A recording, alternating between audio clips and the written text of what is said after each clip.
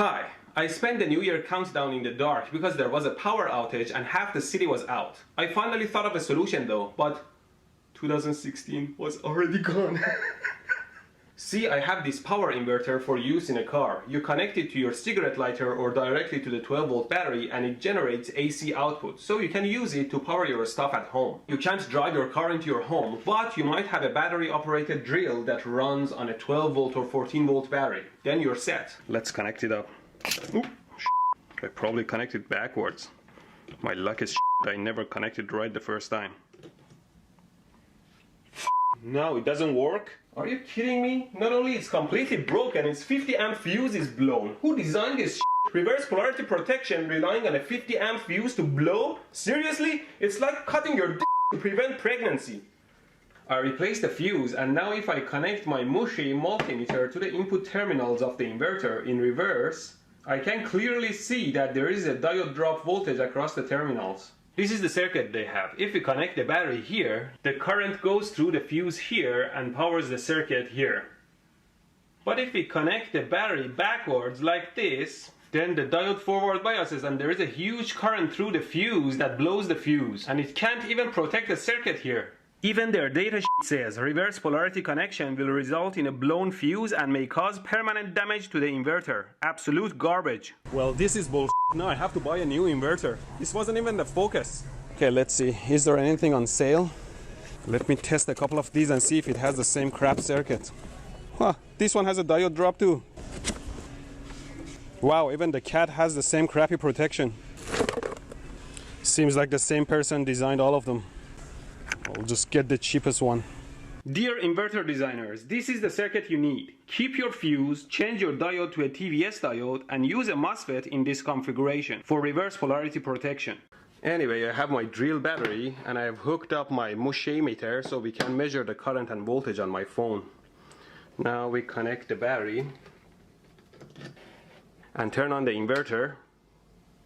Here we go. We have around 5 amps from the battery at 12 volt, which draws 60 watts from the battery. This is good, but it drains my puny drill battery quickly. So instead, I can use an LED light, and you see it only draws 1 amp or 12 watts from the battery. So this is going to last much longer and provides the same brightness.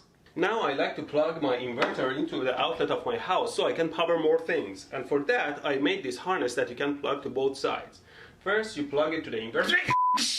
Anytime you connect a power harness, connect it to your load side first so you wouldn't short your power supply or shock yourself. I'm only human after all. This is probably the most stupid harness one can make because it exposes high voltage on both sides, so don't make it. Let's very carefully plug it in.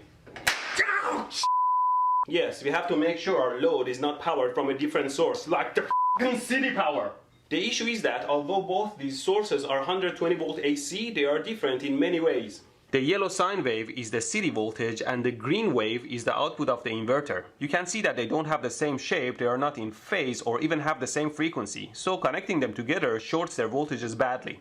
So in order for me to power a room from a plug, I have to disconnect the main power and some heavy loads like the washer and the fridge because my inverter cannot take that much power. Actually, that's pretty dumb. It's better and easier if I just disconnect that specific room, which I believe is breaker number 3. Now we can safely plug them in.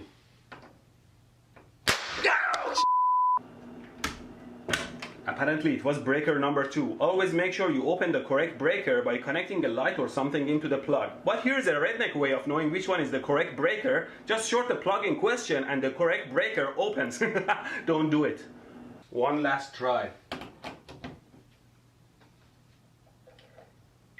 There, it's working. 2 lights, my phone, all working. One thing you should realize is that your phone line or internet doesn't disconnect when there is a power outage. So this way you can bring them back. Yo, now my inverter is complaining. The problem is that my puny drill battery can't last for long. But if you have one of these larger batteries, like this one for example, that has 7.2 amp hours, it will last for much longer. Let's turn on the TV by my inverter and measure the current. It is drawing 16 amps from 12 volts, so it is around 200 watts. My battery is 7.2 amp hours, and drawing 16 amps from it will shorten its life quicker. We need a car battery.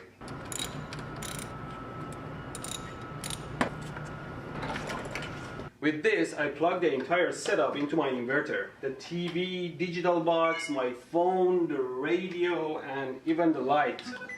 The setup is drawing around 22 amps from the battery, and my battery is around 75 amp hours, which means it will last for more than 3 hours. So I'm set.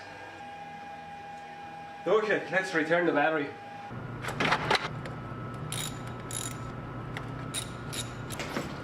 Let's try it.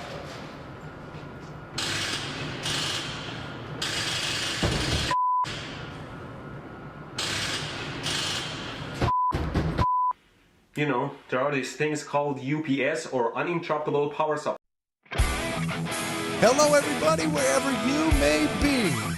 My name's Larry. My call sign is Kilo 7 Hotel November. Welcome back to Shack. This is Ham Radio Live.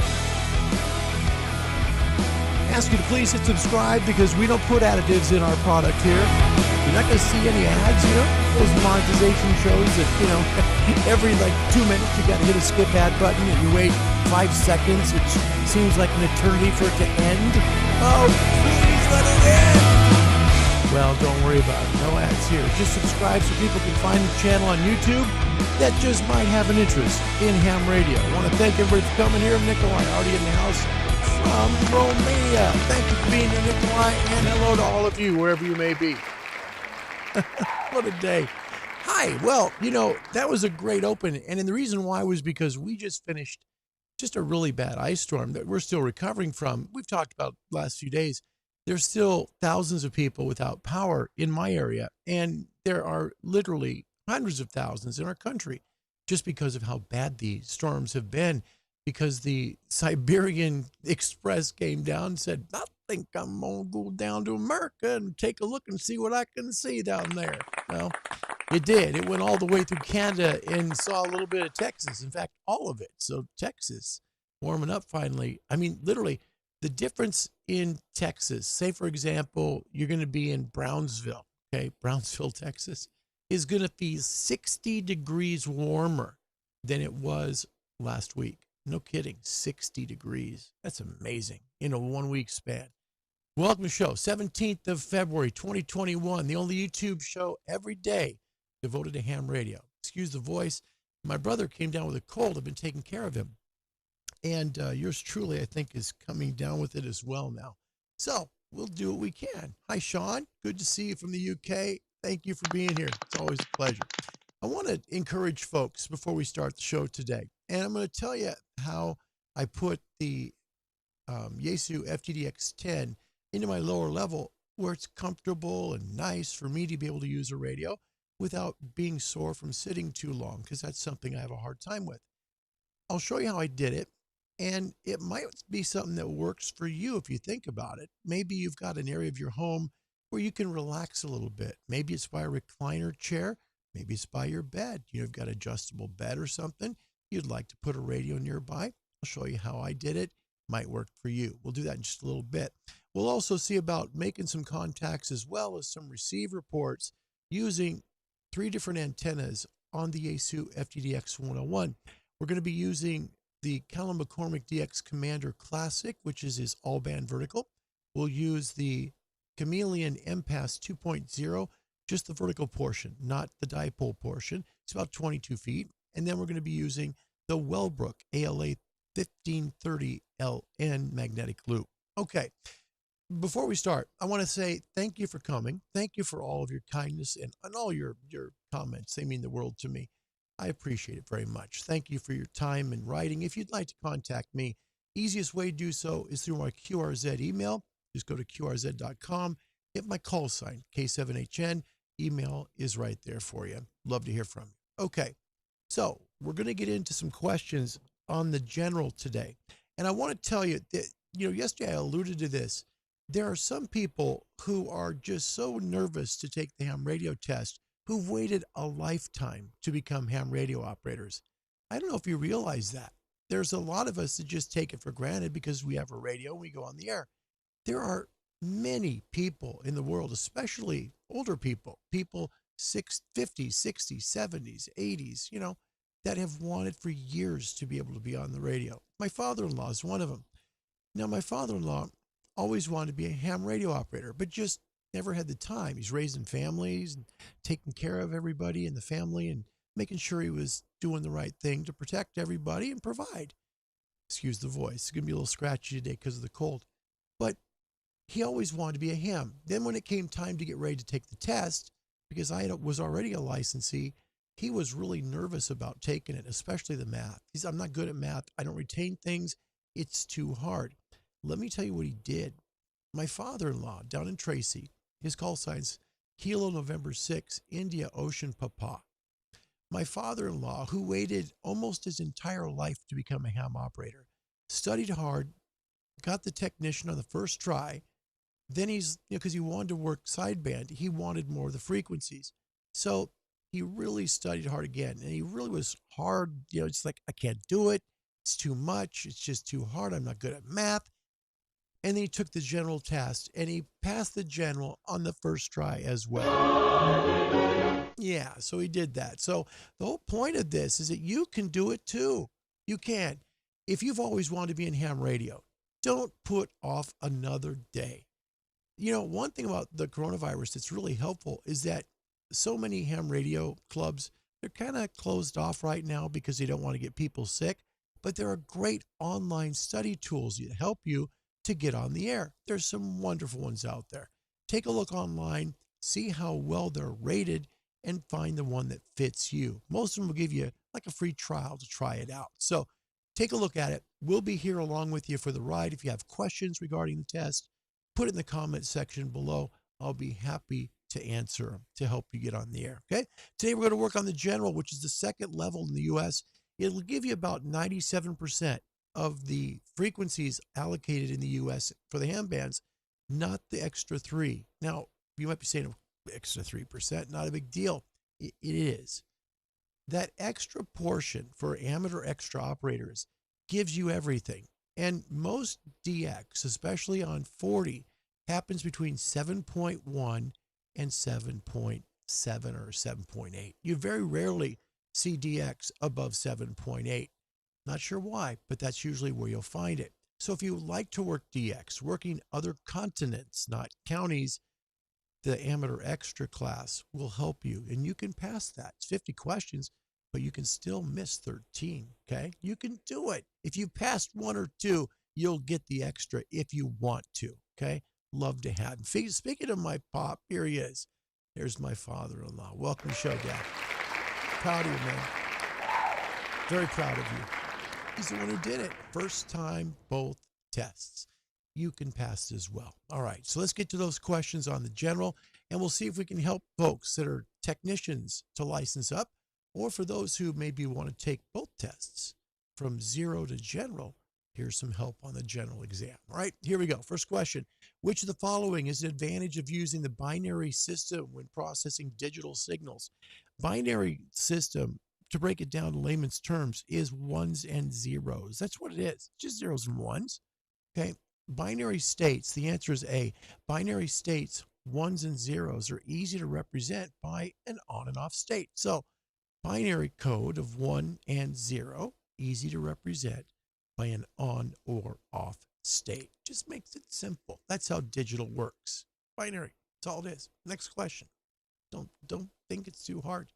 Now this right now, you're thinking, what the heck? The question's so big with this diagram. It's hard to be able to get everything in. It asks which one is the N-type transistor. N-type, okay? So take a look here at this diagram carefully. N-type. Remember, transistors are circles. That'll help you.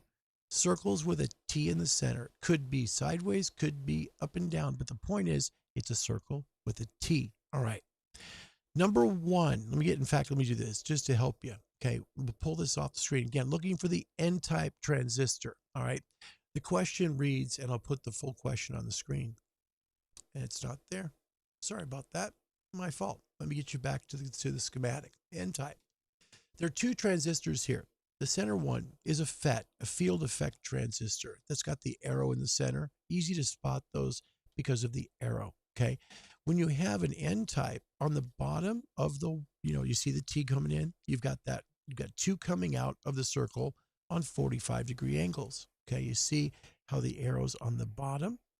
That's N-type. That makes it an N-type transistor.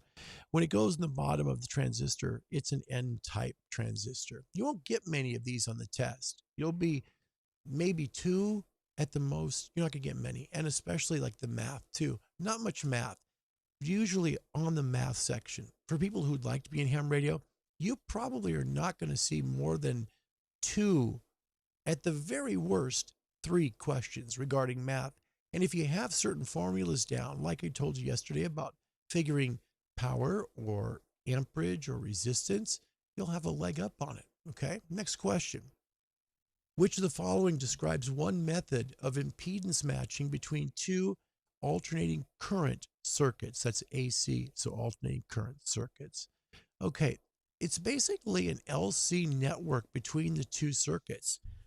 In fact, mostly all antenna tuners, is basically an LC network, okay? Or they could be a pi, but this most part, you're looking at LC networks that help to match impedance. And that's what an antenna tuner is.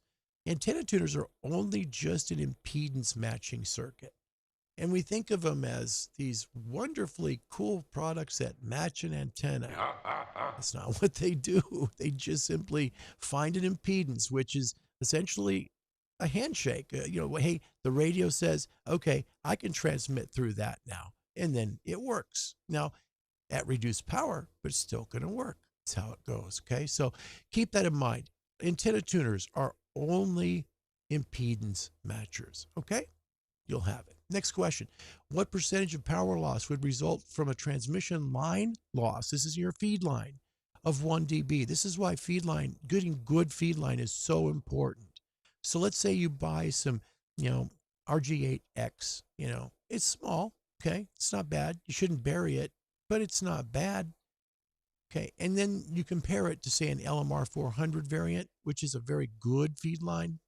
Okay. Or parallel line, window line, which is very lossless. It's very good. Window line, there's some hams that feed with window line, and they're wonderful because there's very little loss with it. Okay, so what percentage of power loss would result if your feed line had just 1 dB of loss in it?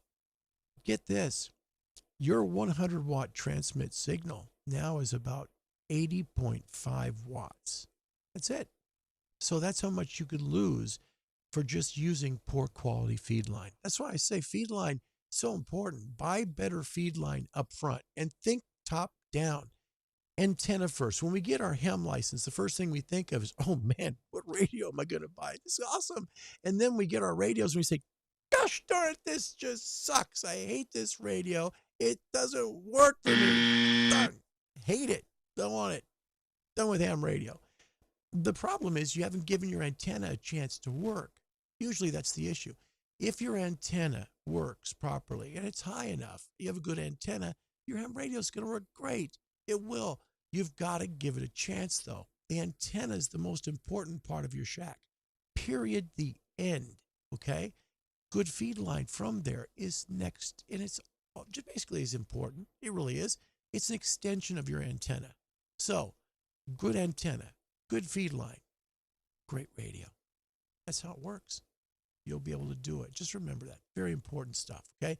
Think from the top down, okay? Let's get some hellos in there. A lot of folks have come in to say hello, and it's an honor to see you. Sean, again, thanks for coming from the UK. John is here. Yes, we've thought out. We're in the cleaning up the neighborhood mode now. Really, everything around here.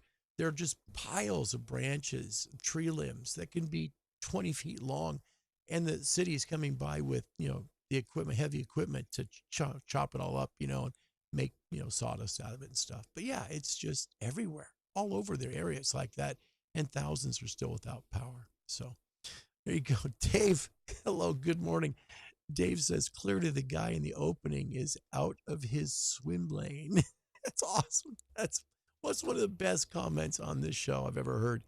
Dave is Whiskey Bravo 0, Radio Charlie /7. That's funny. Excuse me. Yeah, Whiskey Bravo 0, Radio Charlie. Yeah, sorry. My eyes just need to wash these glasses. They're driving me crazy. We'll go to the backups. I can see better with those. I know they're better. Okay, that's better. Dave, welcome to the show. It's nice to see you. Yes, Sean, wash those hands. Keep them good. Jim is here. He's Whiskey X-Ray 7, Quebec from Colfax, Washington. Nice to have you along, Jim. Thank you. My father-in-law. Very good. Dad, thanks for being here. His call sign, Kilo November 6, India Ocean Papa. Loves ham radio, too. He loves it. He loves it. Andy's here.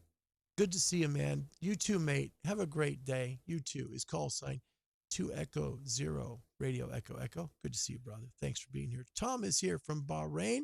It's always a pleasure, Tom. Thanks for coming here from the Middle East.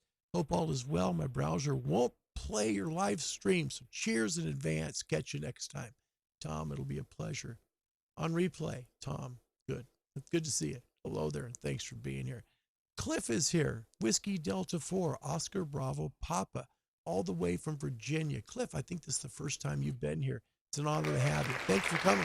Appreciate it. All right. These glasses make me look awful. Okay, sorry about that. Back to the show. Into the questions for the general exam. So people that would like to be licensing up to general, here's the questions that will help you. Okay? Again, and this is not a substitute for study. Please, please, please, please. No, that's not a substitute for study.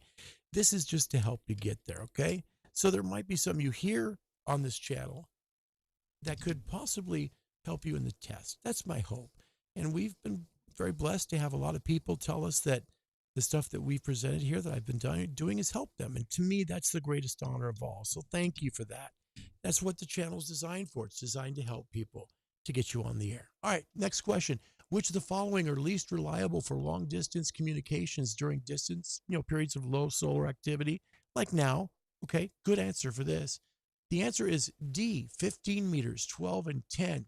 So when you're up on 15, you're over 21 megahertz, okay? So from 21 all the way up there to almost 30 megahertz, right there at 30 megs, that gets not so reliable. And the reason why is because in order to make communications on those frequencies, we need more sunspots to ionize the ionosphere so that the E and F layers are charged enough so that those frequencies will actually bounce back to Earth. That's the whole point. So when we have more ionization from the sun, which comes from more sunspots, those frequencies are going to work phenomenally. In fact, right now 15 is working pretty good already as we're coming up out of the bottom of the sunspot cycle. 15 is working. And there was a contest weekend about a month or so ago that was just on 10 meters. And 10 meters looked like it was on fire. There was so many hams on 10. So, it's funny. Bands seem dead, but they're really not dead if people are on and trying. So don't be afraid to try 15, 12, or 10 right now. You might be surprised, okay? Those are the frequencies that'll help you. And right now, they will work. It just matters how many people are on the other side, okay? Next question on the general. How can a Pactor modem or controller be used to determine if the channel is in use by other Pactor stations? So Pactor is a digital mode that we use, okay? For new hams, Pactor is like a text message. Think of it that way, okay? And it runs through a modem, goes into the internet, okay? the answer to this question is B. Okay, so if you're having, kind of a question, if somebody else might be on the channel, just put the modem or controller in a mode which allows monitoring your communications without a connection. Okay, that's all you got to do. That way you know if the channel's in use already. Okay, not hard. And honestly, Pactor is one of those methods that isn't used a whole lot anymore, truth be told. So there you go. Cliff, good to see you as always. Thank you so much. Appreciate you. Chris is here. Chris, it's a pleasure. Thank you for coming. Channel is built for people exactly in your spot. No call sign yet. Working on doing tech in general together. That's exactly the right way to do it, I think, because if you studied technician and then you work general, they're close enough that you can get them both together and pass them both together. I believe so. So just keep working hard, man. You'll get it and you'll be on the air in no time. And the nice thing about that, Chris, is once you get that done, you're now going to be able to use frequencies with the microphone.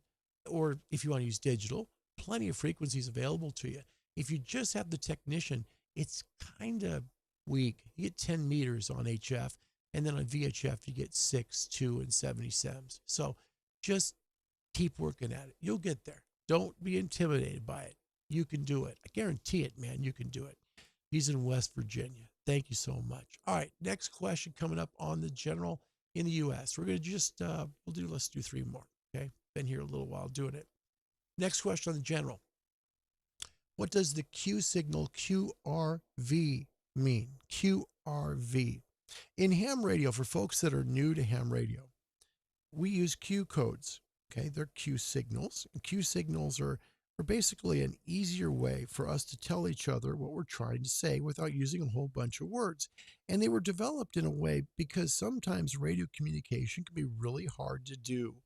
So it's much easier to listen and hear 3 letters than it is for somebody to say, I'm really having a hard time hearing you because there's a lot of noise here. See what I mean? So that's why the Q codes were developed. They were developed because it's easier to communicate from point to point with using Q codes. All right. So Q signal, QRV, easy way to remember this for people who are going to be taking the test. QRV, think of RV as receive. Think of it as receive. QR receive. Okay. You can see 2 letters of the word receive in there. Remember, it's receive. And there you have the answer. I am ready to receive messages. QRV, QR receive. Easy to remember that. Q codes, by the way, are things that you shouldn't be too intimidated by. They're easy to remember. And most hams, a lot of them, when they start out, just have a list. I'll go over here in a second with you. Let me get this last question out and I'll show you. How is a directional antenna pointed when making a long path contact with another station? Okay, in ham radio, for new people, we talk about short path and long path. Short path is the shortest distance between 2 stations, and you'd think that that's the normal way people make contact, which would make sense, right? It's the closest distance between 2 stations. But you can also make it around the world the long way, which is the long path. So long path essentially means that it's 180 degrees or the opposite direction from its shortest path heading. Okay, so when you're working long path, let's say, for example, you want to work Australia. You're pointed, if you're in, say, California, you're pointed to the southwest. Okay, and you kind of tune it in. You kind of take a look at a compass, point your antenna that way. Well, you can also make contact pointing to the northeast the exact way. It'll go around the earth a whole bunch of time, a whole bunch of skips, but it'll get there sometimes. So that's working long path. That's what it means. All right. Let me get the Q codes up real quick, just to give you an idea of what they look like. There's quite a few, but it's not going to inundate you. Okay. See if I can get it a little bigger, and I can't. All right. This one just didn't go too well. Let me go over a few. QRV, QR receive, Q ready to receive. QRP, Q reduced power. Okay. QRO, Q are out of here, meaning lots of power. That means you're running an amplifier. QRO, I'm running power. I remember it QR out of here, meaning the signal's blasting out, okay? QTH, QT home, QT home, okay? That's where you're transmitting from. And it doesn't necessarily mean just your house. If you take your radio remotely, that's your QTH. It's wherever you're transmitting from. So QTH, that's the location where I'm transmitting from. Home, typically, okay? Those are just a few, but there are lots of Q codes. QRS, okay? QR slower, send it slower in Morse code, okay? You want to be able to sit, understand it. Just look at them and find ways that you can kind of correlate those letters in a way you can remember them. That's how I did it. I simply put the letters into words I could remember and did the test that way. It's helpful. Might be helpful for you too. All right. Last two questions on the general in the U.S. Okay. And by the way, happy hump day, everybody. We get to Wednesday. Next question. And it didn't render the screen. Rendered on my screen here. It did. So the entire screen lit up. Which of the following would disqualify a third party from participating in stating a message over an amateur station? Okay, so somebody, let's say your buddy wants to use your radio, but your buddy has a revoked or suspended license. They can't use your radio. That's what this means. Okay.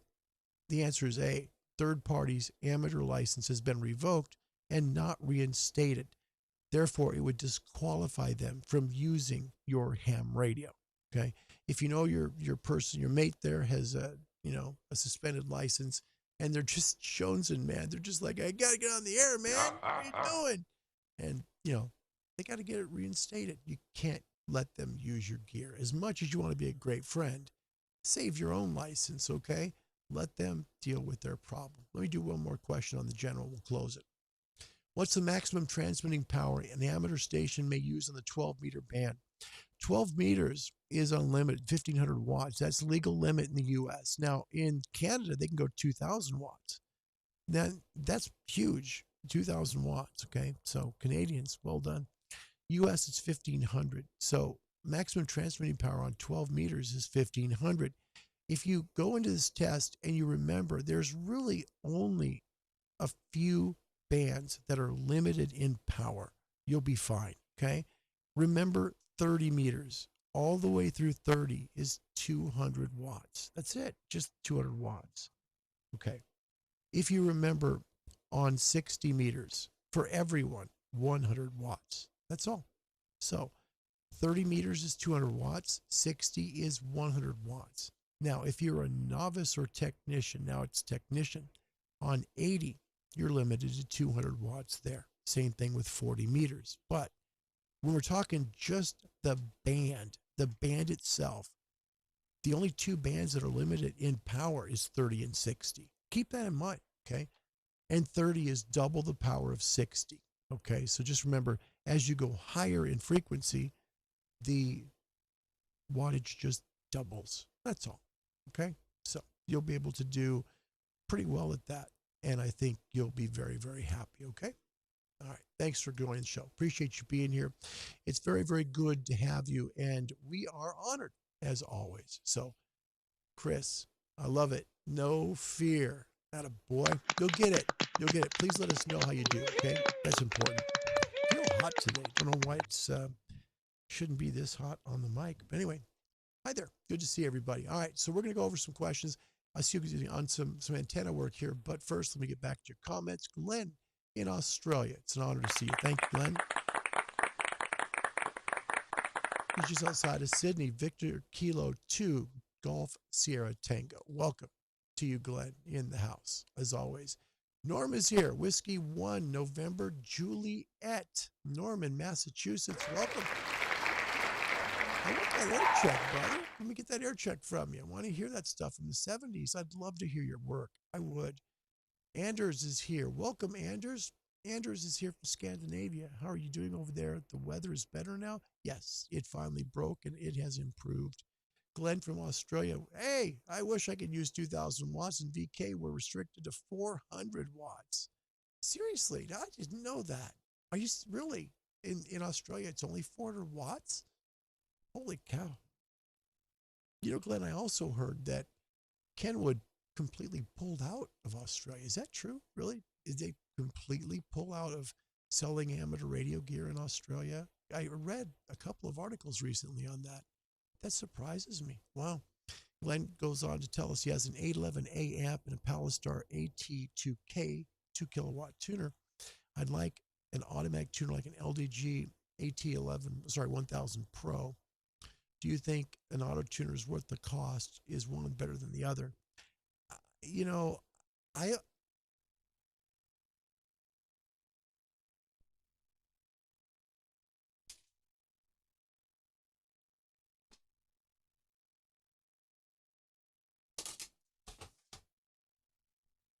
okay. Glenn's great question. Okay, I got two here. It's funny you mentioned that. Okay, I got two auto tuners that will go to 200 watts. Okay, here's the AT. This is the LDG AT 200 Pro AT2 auto tuner. This is the LDG. Okay, so that's the 200 watt. Okay, and here is the MFJ 939. Why? This is the I think this is the I version, but I've got the cable for Yaesu. So this is the MFJ. Okay, no meter on. You don't see like the LEDs. And here's the difference in size between the two. Okay, LDG a little bigger, just a little bit bigger. I really like the MFJ. It's fast. It's really fast. The LDG is too, though. But I think overall, I don't think any auto tuners ever impressed me more than the 939. It's just a rocket ship, man. And I've used a ton of auto tuners. I've used the 600 Pro, the 1000 Pro, the 200, the 939, 969, the 998. I mean, but 969 is not auto. I get it. But my point is, I've used quite a few of auto tuners. The 939 is just phenomenal. It's so darn fast. And I don't remember the one that goes up from there in wattage because the 939 is 200 watts. But my gosh, Glenn, it's very much like an onboard Elecraft auto tuner. Elecraft makes the fastest auto tuners in ham radio. They're just lickety split. And that's most likely why they cost extra, when you go to buy one. Okay. Sean, 200, 400 watts in the UK also. Interesting. See, this is what I love. I learned something here too doing the shows. That's why it's fun for me because I enjoy learning some new things too. So you guys are 400 watts. So you have to be very careful when you're running lower power. And honestly, amplifiers, while being great, I mean, I've got one here, it's 1200 watts. While being great, okay, they can give you maybe another S unit, which is fine, but your antenna is so much more important than that. Get a great antenna first, something with gain. And if you're stuck with only verticals because you're limited in space, just put them into an array, okay? You might be stunned at your front to back ratio. You might gain 3 decibels a gain going one direction. Now, granted, you may have to pick up the back vertical and move it by hand, but how hard is that, right? You just simply move it, and then you're beaming another direction. Stacking verticals is a wonderful way to get yourself some great gain without breaking the bank, and it's pretty easy to do. We're going to be doing that with the MFJ 2286 or 6. I think it's 86. Yeah, we're going to do that in Hawaii. We'll stack them. We'll see how it goes.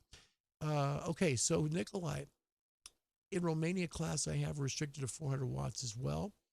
As a class 4 ham operator, I can only transmit with 50 watts and only in the presence of another operator because this is an entry-level class. Nikolai, but I'm so proud of you because you did it. You got your license, man, and you got on the road. Start there and build up, okay? That's important. You're on the path now. Now license up to the next level. You can do it. Man, if you've done the first one, I know you can do the second one. Nikolai, keep going. Don't slow down. Keep going now and build yourself up. Jeff from UK, being a foundation licensee in the UK, I'm only allowed to run 10 watts, but I have a lot of fun with it. I get all over the world. Guys, that's why I love to run QRP. I've told you before how I love QRP. And people you're going to laugh because I'm one of those guys that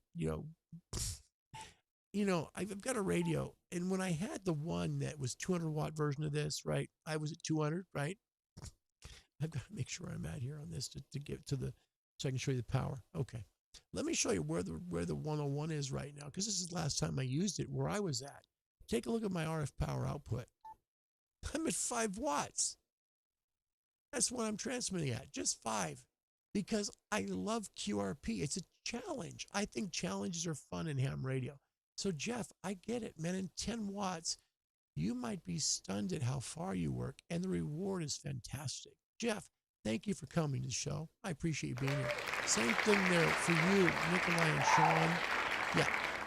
And Anders and Norm, everybody. Thanks for being here. Appreciate y'all being here. Glenn, unfortunately, 400 watts is nationwide restriction. And yes, Kenwood, unfortunately, Kenwood has pulled out of Australia. I thought so. Yeah, I thought they did. And that's too bad. Man, Kenwood builds such great rigs. They do. Some wonderful super heterodynes. I still want the 890. Maybe someday. We'll see. Robbie from Ireland. Robbie, it's so great to see you. Welcome back, Rob. I love Robbie. I do. Echo India 2 India Papa. Power restrictions. Yet look at all the photos of 1 kilowatt ACOM amps on their QRZ. Go figure. Yeah. What Rob's talking about is if you look on QRZ at people's, website, that they put up for their page. So for people who are not in ham radio, okay, think of our yellow pages, right? We have a way of identifying each other. It's called QRZ. It's just a website. In the top left corner, you put their call sign in, right? And you put their call sign, you find out all about them. Well, what Robbie's talking about is they might be in somewhere in the UK, and there they are with a kilowatt amplifier. It's like, why do you have that? The power restriction's 400 watts here. Well, it's kind of like, okay, you're literally showing us you're breaking the law here. No! Brilliant. Wow. Okay. So yeah, Rob, you're right. And sometimes that can really upset ham operators because they're legal in how they do their station. So of course they should be offended by that. When you see somebody in a place that's restricted, and don't think for a moment that people follow the rules always in contesting. I'm not saying everyone, I'm saying some, okay? You get an AL 1500 amplifier, okay? One of the MFJ, the Ameritrons, and you can run 2.5 kilowatts through that thing. No kidding. And so you imagine you get, an iMac tube in that, which is not hard to get. And then you've got something that can put out 2.5 kilowatts, which is 2,500 watts or 1,000 watts over legal limit. And now you've got it into a Yagi or maybe stacked verticals, and you're running gain, maybe 6 dB. Wow. I mean, just imagine the power you're pulling out of there. You're pulling thousands of watts out now of a beam going one direction. It's amazing what they do. So yeah, Rob, you're right. And I would be upset at that too. That would bother me very, very much. Auto tuners should consider MFJ 993 or 998. Okay. And Tom, just so I don't want anybody to think I'm the all MFJ channel. I mean, here I'm wearing the shirt, right? Got the MFJ shirt on. I don't want you thinking that. I'm going to tell you exactly what I think. And here's one of those times. Okay. I've done a ton of reviews for MFJ. I love the company because I've seen how they work. The 998, while being a great auto tuner, which will tune, I think it'll tune a coat hanger. Seriously. It'll tune anything pretty much, but it's long. It takes a while to find a match. That's the problem. Let me show you. I've got a 998 here in line. I'll turn it on and I'll show you the difference in the 998. Okay. And I wish I had the 939 hooked up here, but I don't. Okay. Hang on a second. Let me get the camera a little closer so you can see the 998. Okay. Here is the 998 by MFJ. Okay. There it is. Okay. So there's the 998. All right. If you go to tune on this, okay, you're going to spend a pretty hefty time tuning on this thing. See if it'll tune. I think I have to put a carry on. Hang on. You just go over to CW mode and I got to pull up more power. Hold on. You got to give it at least 10 watts, but they like 20. See? Now that's fast. Okay, that's fast. Okay, but let's move. Let me move frequencies. Let's go up on 10. Okay. So let me tell you where we're at. Here's the rig. We're now on 10 meters. Okay. And let's try the auto tuner out again. So I'm just going to key the mic on CW. Listen how long it takes to tune on the 998. Check it out. because it needs some more power. Again, bump up the power here. We'll go to 40 watts. Weird. I don't know what's doing that. That's odd. That's really weird. Okay, let's try 12. Nothing on 12. 10. And I'm looking at the waterfall. There's nothing anywhere nearby. So we're good. Okay. Well, let's go to 40.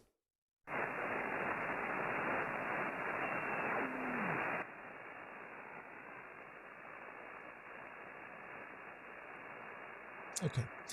Okay, so it's 7.193 here. Okay. And this is an area that I will have tuned many times because this has, tons of memories in it. Let's see if it'll do it and how long it takes.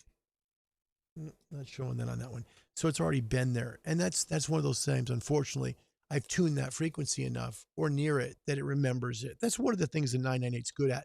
But I'll tell you, Tom, on the 998, phenomenal at matching. It'll match a coat hanger, okay? But it does take a lot longer. It's a little longer in comparison to the 939 or the LDG, AT200. Man, they're just faster. They're just bang, they're fast. I mean, like you go, it's done. I mean, that's how good they are. Now, the 993 is pretty close, but keep in mind when you're getting tuners that have to tune more wattage, it does take longer because that tuner inside also has to protect an amplifier. Okay. So the voltage coming back, the current coming back on the feed line, it needs to be able to absorb more of that. So to protect the amp on the other side, it's going to be a little slower. It's going to make sure that that match is going to be as good as possible because solid state needs an SWR of 2.0 or less to work. And your tube amps like the 811H, the 80B, things like that, they can go to 3, but you want to make sure and go with the lowest SWR. That's why you always tune first, then hit operate on the amp and go from there. Good comments. Man, you guys are awesome today. Love it. Love it. Kevin, M0, MCL, Palstar AT500. Yes, it is. It's a great one. And it is built like a tank. The thing with Palstar is a little pricey, okay? But they're really good, okay? It's kind of the same, okay? It's like this, okay? Here's an Astron RS35A, okay? It's been around forever, okay? It's a linear power supply, not a switcher, and it's been around for decades, and it literally has been in ham shacks since the 70s, right? And people never turn them off. They just keep them on all the time, and they just power your rig when you want to turn it on. The power supply is on, stays on, and you just hit the power button. These things are just the same thing as the Palstar auto tuners. They're built like tanks. So what Kevin said here is exactly right. Palstar AT500 is a great auto tuner.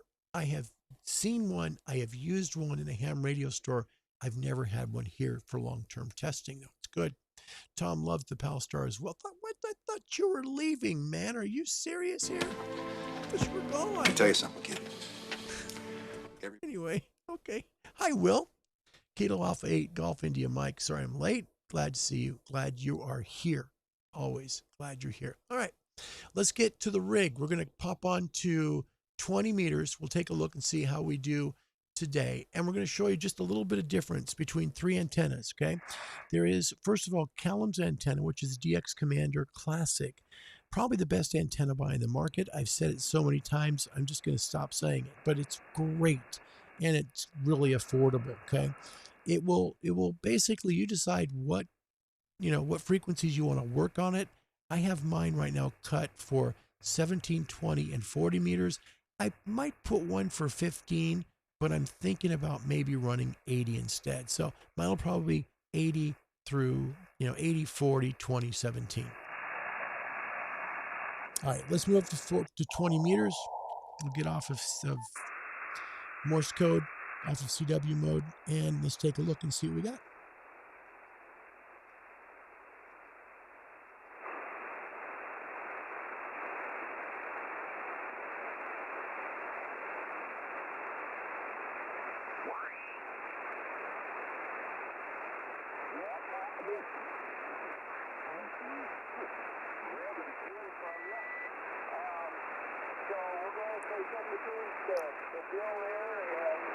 Change antennas. This is the chameleon impasse. Here's the Wellbrook. Notice how the Wellbrook came down.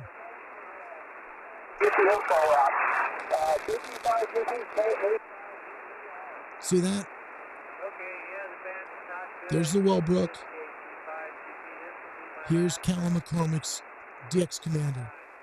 I want to wish everyone the best regards, and hope to hear you again. Chameleon impasse. Stay safe, and everybody take care, and I hope to hear you again soon. Wellbrook. You see how the Wellbrook comes down?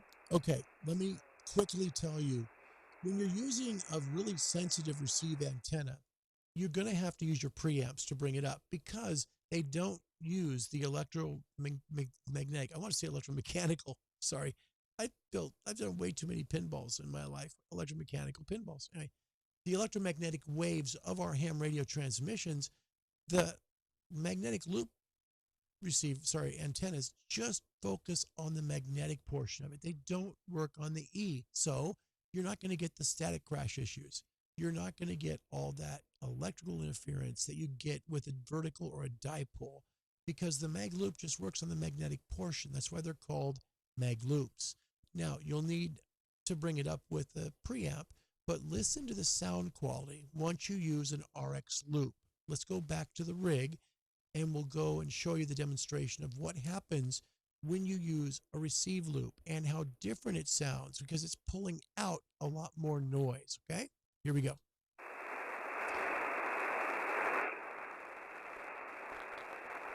Let's see if these folks are still here. We'll start with Callum's.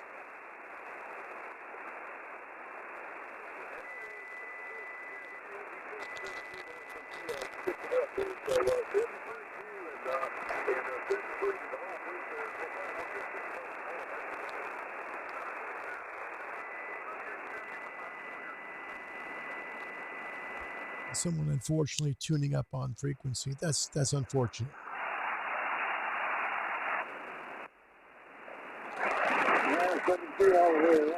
Okay, there's Callum. Hear all the static hash. It's like bacon frying. All right, here is using the Wellbrook. Bring the preamp up.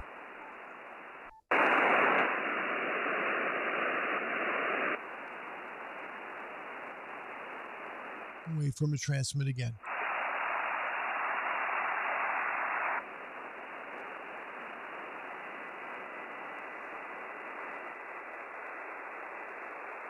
For new hams, a receive loop antenna is going to come across as it's very low in terms of its ability to hear signals. It isn't that way at all. It actually is better because it lowers the noise. Okay, you're going to hear signals better. It just takes a little bit of time working with them to understand how they work. Okay, in this case, we're using the Wellbrook ALA 1530LN through the receive only antenna on the Yaesu 101D. Okay, so we bring the preamp up, so we bring the noise or volume up on the signal.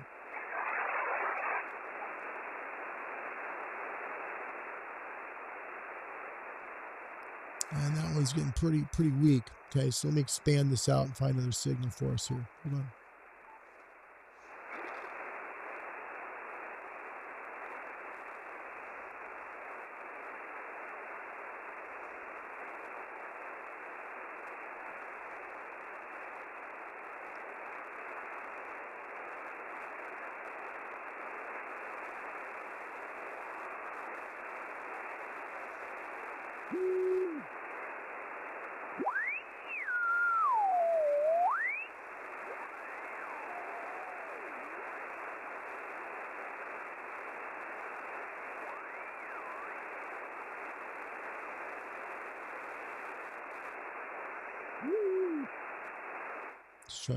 Let's go to 40. 40 is always pretty reliable.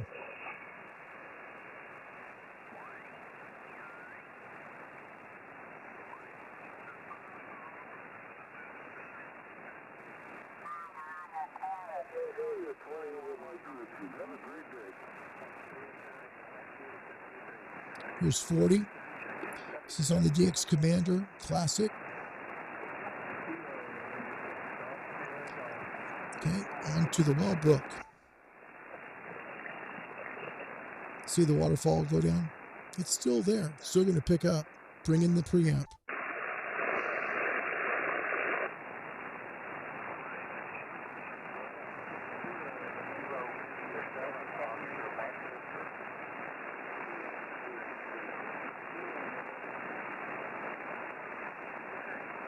Go back to the DX Commander. See all the noise?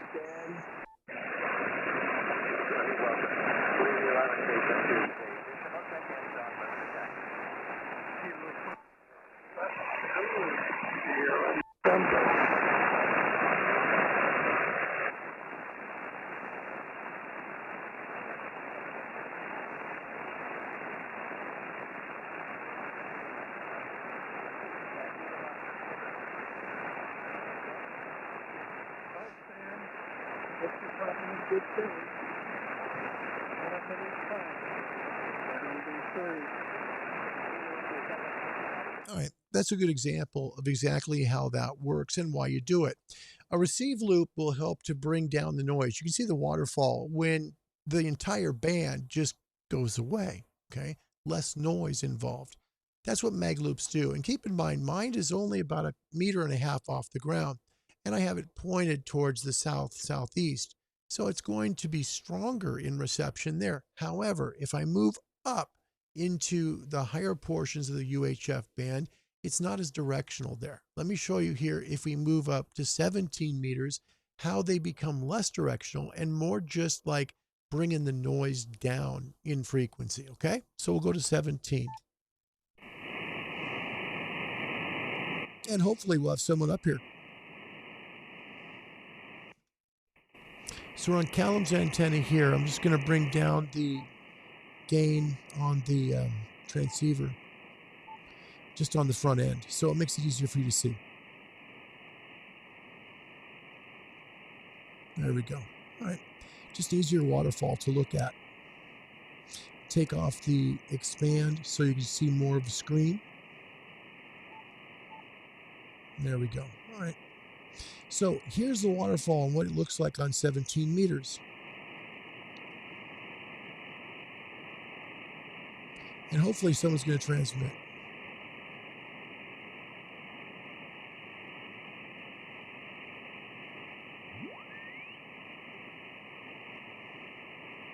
Somebody there.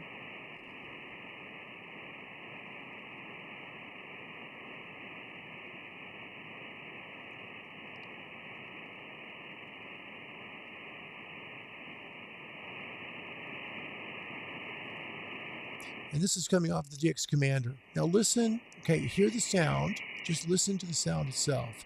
I know we don't have a carrier here, but just listen to the sound. All right, now listen to it off of a loop antenna, okay? This is with the preamp on. Vertical. See the S-meter jump, pull off the IPO. So there's no amplifier, no preamp here, just the vertical itself.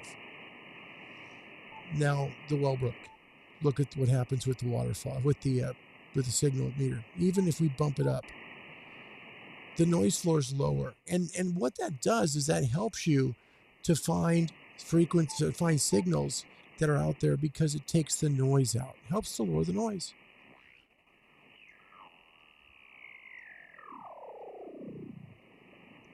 So we had someone. A lot of digital going on. Look at that. Tons of it.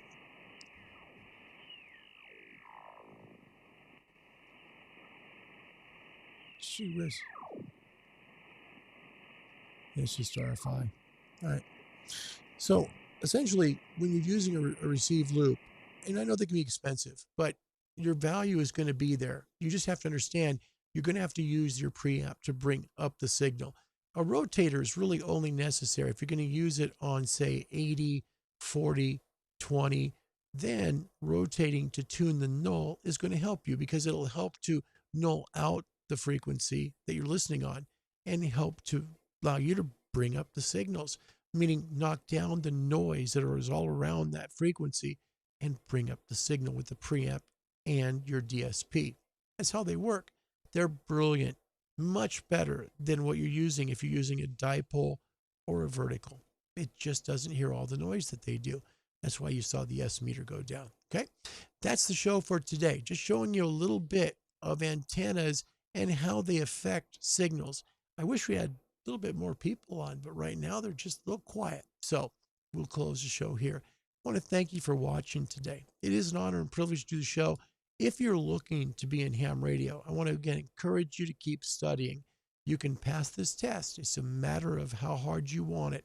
If you want it, you can do it. I don't care if you're 8 or 108. If you want it, you can do it. The math isn't going to be there. There's only 1 or 2 maybe questions on the entire test you take. And if you study the rules and you study theory a little bit, understand like how the radio waves bounce off the ionosphere like we've talked about, and the meter bands, you'll have it. Just go with a great online study course that fits you. My name's Larry. My call sign's Kilo 7 Hotel November. It's been my honor and privilege to be here with you today. Thank you so much for subscribing.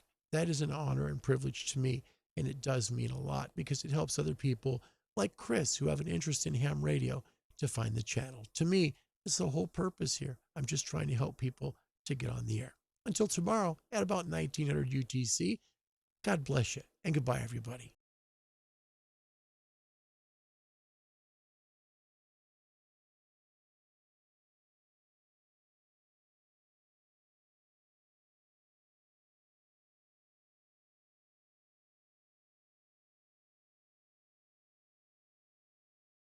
This just happened.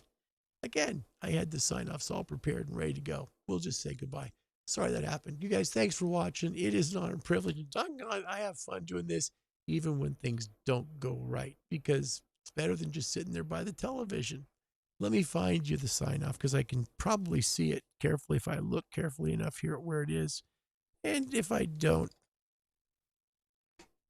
here it is. I'll find this. Okay, we'll use this one. All right, guys, thanks for watching, everybody. 73's from Oregon. Thanks for watching. Bye. This concludes today's telecasting activities from WQ80 TV, Active 8, Moline, Illinois.